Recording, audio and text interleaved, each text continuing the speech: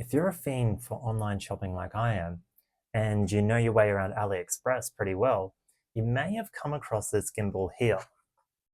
It's the Axnen HQ3, and it's sold over 5,000 units, but there's also HQ4, and just recently, Axnen released the HQ5, which has some pretty big advantages compared to the HQ3 and HQ4. And it's also cheaper, coming in at just 60 USD. For a 3-axis gimbal, that's dirt cheap. But is it any good? Stick around because we're going to unbox it, test out some of its features, and test it on a short run to see how well it stabilizes some of my dodgy filming. All right, let's unbox this bad boy.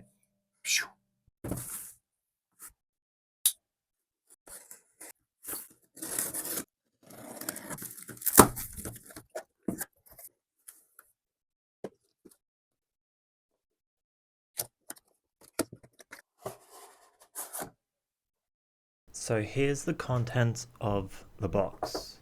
Okay, and we have our user manual.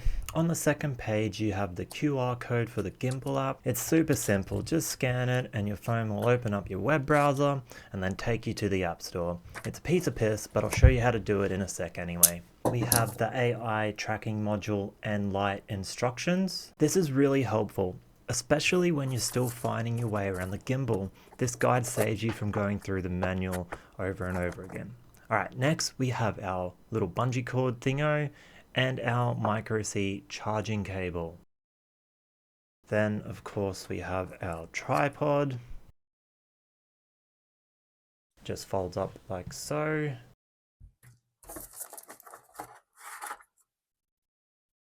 And we have our AI tracking module and light. We'll get into how to use that in a moment. And finally, we have our gimbal in this plastic bag. Okay, so first impressions. It feels pretty solid. It doesn't feel cheap in your hands. It has, you know, a little bit of weight to it, but it doesn't feel heavy or light. Kind of just feels, you know, feels nice. Okay, so the arm just folds out like so. When you're rotating the different parts in your hands, it feels nice, it feels smooth. Okay, so now that we have everything unboxed, let's download the app. Scan the QR code on the second page of the manual. It will take you to your web browser with a link to the App Store or Google Play. Hit download and hit download again, and also hit the subscribe button while you're at it. Legend! And then follow the prompts. When you arrive at this page, turn on the gimbal and click Find Device. It should connect automatically, and then you'll be taken to the app. Simple.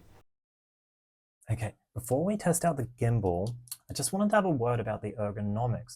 I feel the HQ5 ergonomics are an upgrade compared to the HQ3 and 4. It feels really comfortable in your hand, and everything is in reach of either your thumb or your index finger.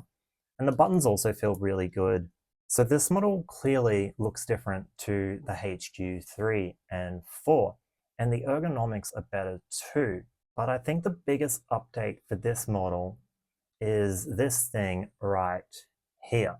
This is the light and AI tracking module, which attaches with magnets and uses the power from the gimbal. So you never have to worry about charging it or replacing batteries.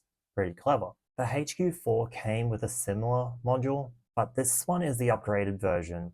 The light has 9 settings, and the AI tracking module can be operated with hand gestures. So to turn on the light, first you have to power on the gimbal.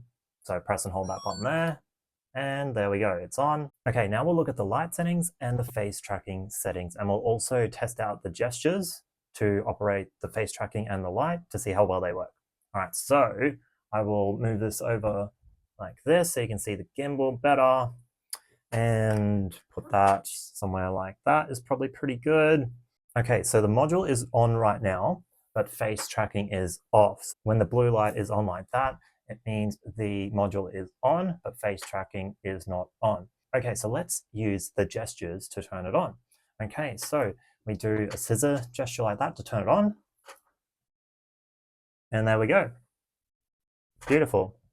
Okay, so we can see that it's rotating facing me. So I'll just come over here like this, and it's rotating around. Then I'll come back this way, and there we go. Nice, that's pretty awesome. Okay, so to turn it off, we just do one of these, like a stop. So we can see that the tracking is on with the green light. And now let's use our gesture to turn it off. And the green light has gone out. So it will not track me at the moment. And you can see that it is staying right there. Okay, so the last and best feature, in my opinion, is turning the light on and off. So to do that, we use shuckers. All right, so let's have a look. So do a shuckers. And there we go. Beautiful. How awesome is that? And while it's on, we might as well cycle through the light settings. So to do that, we just press one of the buttons. We just press the small button, the bottom button on the side. Okay, so right now we are on, looks like warm. So we're on a warm light on the low setting. Press it once for, oh no. Okay, so now we are on the white light low setting. And then medium, high. Then we have a mixed light, low, medium, high, and then warm light, low, medium, high. And we will do a shuckers again to turn it off.